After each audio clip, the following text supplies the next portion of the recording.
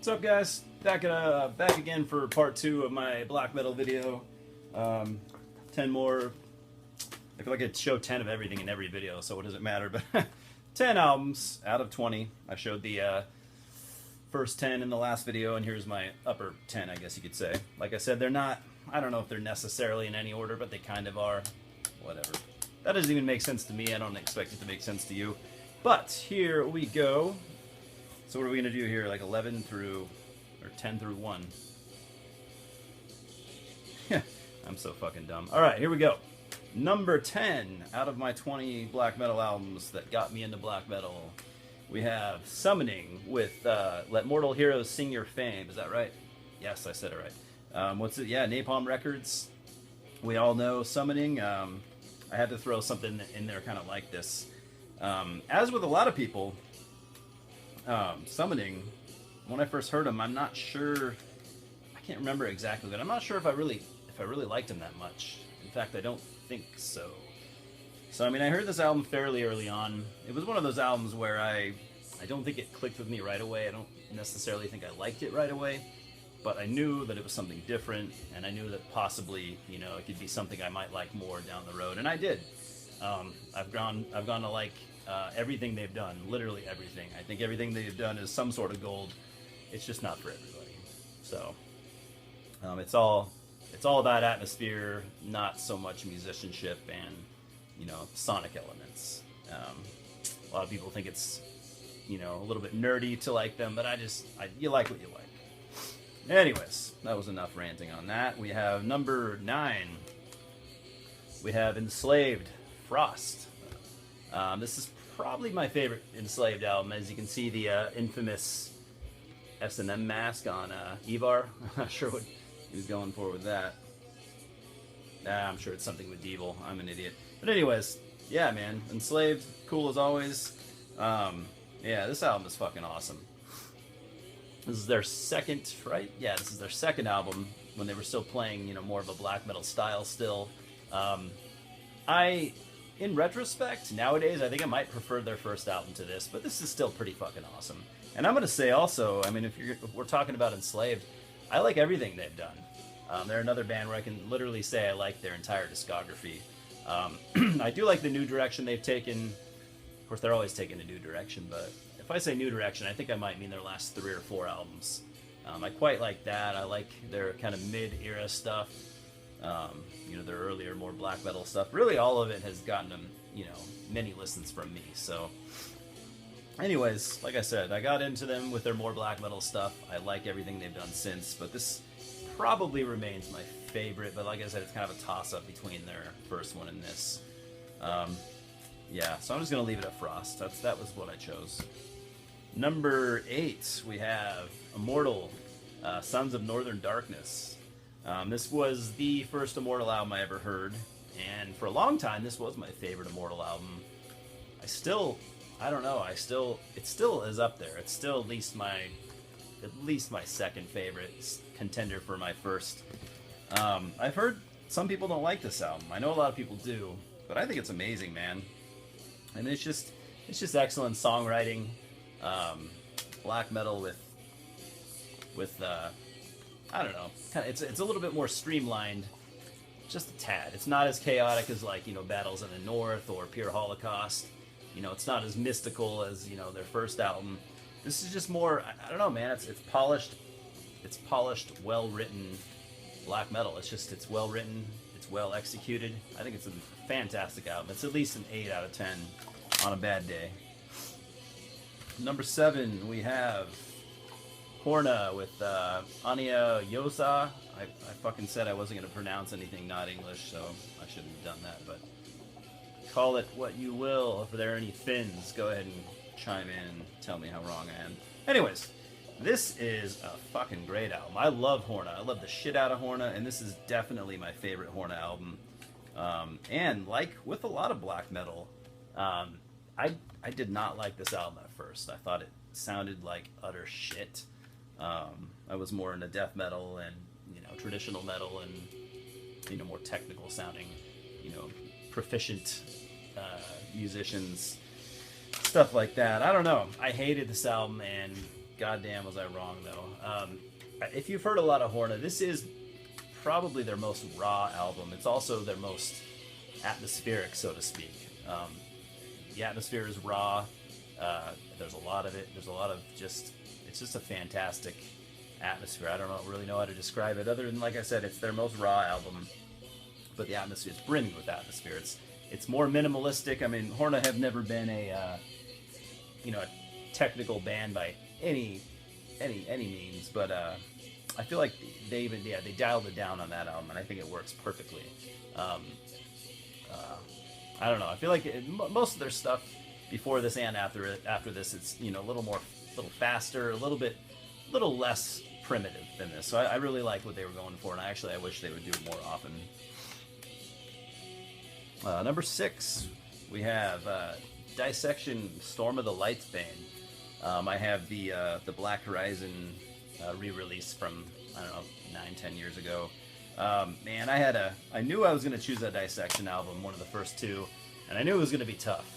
Because I don't know, I think these days I do prefer the Somber Lane more, but Storm of the Light's Bane is the one that I heard first, and early on it's the one I listened to the most.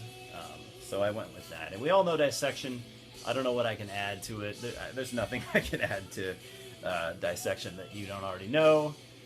Everyone doesn't already know. It's just Dissection. Fucking amazing. Swedish Black Death. I always considered them more on the black metal side, but they're one of those bands that are kind of hard to categorize. I've heard people call them melodic death metal. I mean, it's not that far off. I just call them black metal. I mean, well, whatever. They fit into many categories, and being somebody that that got into metal through traditional stuff, King Diamond, Iron Maiden, Judas Priest, stuff like that. Dissection were the perfect band for me to get into. They were a nice intro to the genre. As a matter of fact, I wish I had heard them first before any of the other black metal bands, because black metal as a genre was not an easy sell for me. It was tough. It was more of a slow, gradual thing. I'd say by now it's almost my favorite genre. I never have a favorite anything, but it's possibly my favorite genre. It's something I reach for quite often these days. But like I said, yeah, in my formative years, it was a long, gradual process. As for death metal, literally the first time I heard death metal, I was like, okay, I fucking like this. I want more, and I was listening to more and more death metal by the day. As with black metal, it took years. I'd like one or two albums per year, and it was a very slow. But anyways, yeah, had I heard Dissection earlier on, I might have sped that process up. But hey, it is what it is. I don't have any regrets. Number 5, we have one that's going to be on a lot of lists if you were to make one like this. A lot of you have. Dark Throne with Transylvanian Hunger. I do love this album. I love the fuck out of Dark Throne, and I do love this album. It's not my favorite Dark Throne album. It's probably 3rd, 4th, something like that. But it is fantastic, and it was the first Dark Throne album I heard. The first one that really drew me in by a long shot, actually. I don't know why, but that's how it happened. Show that again. You can. I think when Louis was a puppy, he did that. So this was a re-release I picked up a couple years ago when they put these out. It's not one of the cool re-releases though that had the double disc like they've been doing lately. So maybe Louis didn't do that. So I think this is a little older. It has a bonus interview at the end. But I really like how they're re-releasing Peaceful's, doing those. I have a couple of them. They're doing the extra disc where it's the entire album with Nocturno and Fenriz talking over it. And they always have cool things to say, so it's interesting to listen to. Anyways, yeah, we all know Transylvanian Hunger. We all know what it sounds like. It's the more kind of icy minimalist approach. A little bit more melodic than the other two albums that God, I'm drawing it. Soulside, not Soulside Journey, but Under a Funeral Moon and Blaze in the Northern Sky. I'd say it's got a little bit more melody, and I think that might have been what what drew me in as a kind of not the hugest black metal fan at the time. Once again, kind of like that Hornet album, the minimalist approach to the musicianship really threw me off. But after a couple listens, that's when I really kind of started to like that style. I started to understand that, you know, less can be more. So, number 4, we have Emperor Anthems to the Welkin at Dusk. In typical lazy Eli fashion, I still have the goddamn price tag from the comic book shop when I bought this years and years ago. This is the first Immortal album I ever heard, or Immortal Emperor. Could I not fuck everything up? Anyways, first Emperor album I heard. I had already heard like Dimmu Borgir and Cradle of Filth, so needless to say, I love the shit out of this from the start. This is one of the few black metal albums I own, or that I've heard early on, especially, that didn't, you know, take months of listens to appreciate. This one was just right off the bat. I do think this is their best album. I really like In the Nightside Eclipse. I might like these kind of equally, but I don't know, most days this is the one I reach for. And it's the last one that I really would like. Equilibrium and Prometheus that came after this, I mean, let's be honest. I mean, they're good albums for what they are, but they're just not, for black metal, they're just a little bit too much. I will listen to them from time to time. I used to like Equilibrium a lot, you know, back when I listened to stuff like a lot more symphonic stuff. But now I put that album on, it's just a fucking chaotic mess. I can't do it very often. But anyway, I like Emperor a lot. This is mostly where I draw the line, but I don't have a problem with everything that came after that. I wish they had continued along this style for a little longer, but what can you do? Isan and Samoth had a vision, and they wanted to go with it. Number 3, not everyone's going to consider this a black metal album, and that's fine, but I sure do. Celtic Frost, Morbid Tales. I mean, look at that. I mean, that's black metal. If you're gonna call Venom black metal, you know, I don't know why you wouldn't consider this black metal. And I know it's all relative. I mean, the band themselves, they have always said they are absolutely not black metal, but whatever. I consider them black metal. I got into this album fairly early on, actually, and I always lumped this in with I don't know, with other black metal bands. This album always did just it's always been awesome to me. This is my favorite Celtic Frost album. I think it's by far the best stuff they've done. I do like what they did after that quite a lot. Their next album, To Megatherion, was absolutely incredible. And To the Pandemonium was okay. We don't really need to talk about the rest. However, I did like their, what was that called? Their comeback album, and the last one they'll ever do. Y'all know what I'm talking about. That album I thought was absolutely incredible. But anyways, I mean, a lot of people at the time that, you know, when this album came out in the, you know, surrounding years, a lot of people lumped them into thrash. They were often, they never considered themselves a thrash band either, but a lot of people, promoters and stuff, would book them. You know, they'd put them on thrash bills and stuff like that. And I can kind of see why. There's definitely some thrash elements going on, but you know, for when this came out, I mean, this album is absolutely magical. There's really nothing you can compare it to other than many bands that wanted to copy their style. Absolutely unique, absolutely dark. There's true magic on this album, and that's really all I should have said. Ended it there. Number 2, we have Nostrand with Muse spells Sneer. There I go, pronouncing shit again. Yeah, there you go. This is the first. This is the digipack. There's the cover, that cover, some really cool art, and then it's pulled it off, and you got that. Very fucking cool. Got this from Moribund Records. You can get it also from Debemer Morty. This is the first Nostrand album I had ever heard. Was totally unfamiliar with the band until I picked this up when it came out, and this album has blown me away consistently every time I've listened to it. I've heard everything Nostrand has done since then, and I know 9 people out of 10 are going to, go for their first 2 classic earlier albums.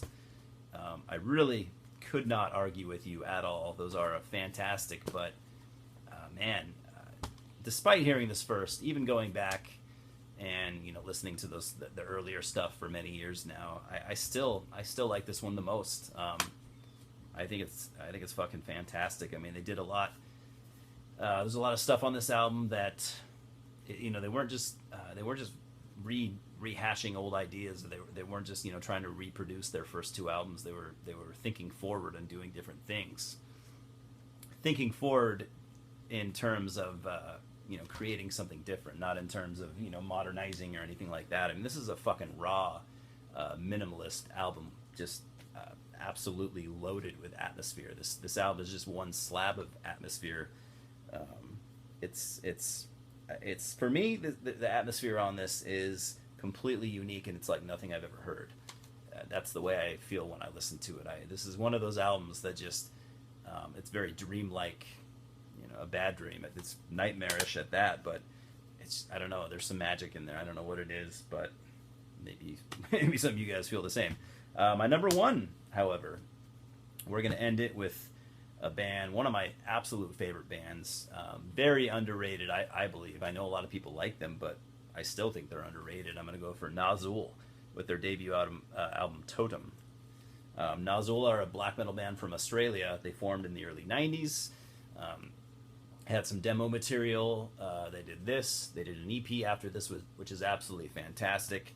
They followed this up not that long ago, maybe 8 years ago, with a full length that was fucking incredible. Actually, might be better than this. And then just they've been silent after that. I know they played Maryland Death Fest not that long ago, within the last 4 or 5 years, but other than that, they've been totally silent, and it really pisses me off. I want them to do more of Nozzle while they have the time. Anyways, Nozzle as a band, and especially this album, really stands out. Considering they're from Australia, a lot of Australian bands have, and I'm not trying to discount them because I'm a big fan of Australian metal, but a lot of them have kind of a similar, it has that Australian stamp of quality. But this album doesn't sound really anything like any of the other Australian bands. This is more, they sound more like maybe something you'd hear from Norway, more like Emperor. This is definitely more Emperor than sadistic execution. There's none of that on here at all. Just a fantastic album. What I always remembered from this, especially from the first few times I heard it, was the vocals. Tons of reverb, just some of the most scathing, demonic vocals I'd ever heard, and I always loved that about it. Once again, loaded with atmosphere. They're good musicians at that. They're good songwriters. There's no bad things I could say about Nozzle at all whatsoever. This is a re-release digipack from Eisenwald Productions. I bought this off. What's that distro or the label? God fucking damn it, I can't remember. Anyways, I'll let you know if I can remember. But this is a really cool digipack. It's not your typical shitty, flimsy piece of shit. I mean, it's not the strongest either, but it's kind of like a thick, like a little bit thicker cardboard, and the artwork's just fucking killer. Tons of cool occult shit that I'll never understand, but still like to look at. Yeah, man, if you haven't heard Nozzle, look into them. Let me know what you think. I think they're fucking fantastic, and I can't get enough of them. I never could. Another cool fun fact about this band is their drummer, original drummer, and he played on this album, and I think he played on the EP, and then he left shortly after that, but his name is Steve Hughes. He doesn't do a lot musically these days, but he's a stand-up comedian. He's fucking hilarious. To me, he's like the Australian Bill Hicks. Fucking fantastic. One of my probably top 5 comedians. Absolute funny guy, and absolutely nice guy too. I talk to him on Facebook once in a while, and sometimes he'll randomly shoot me a message. Very cool guy. He lived in the UK for like 10 years or so, and he's back in Australia for certain reasons. But anyway, if you're a stand-up comedy fan, go look up Steve Hughes. Absolutely brilliant comedian, funny as fuck. Anyways, that is my final 10 albums. Hopefully you guys enjoyed that. Hopefully you have lots to say. I think that 10 is a little more interesting than the first 10, but that's kind of how I planned it. Yeah, that's all I got. You guys have a good night. We'll talk soon. Thanks for stopping by.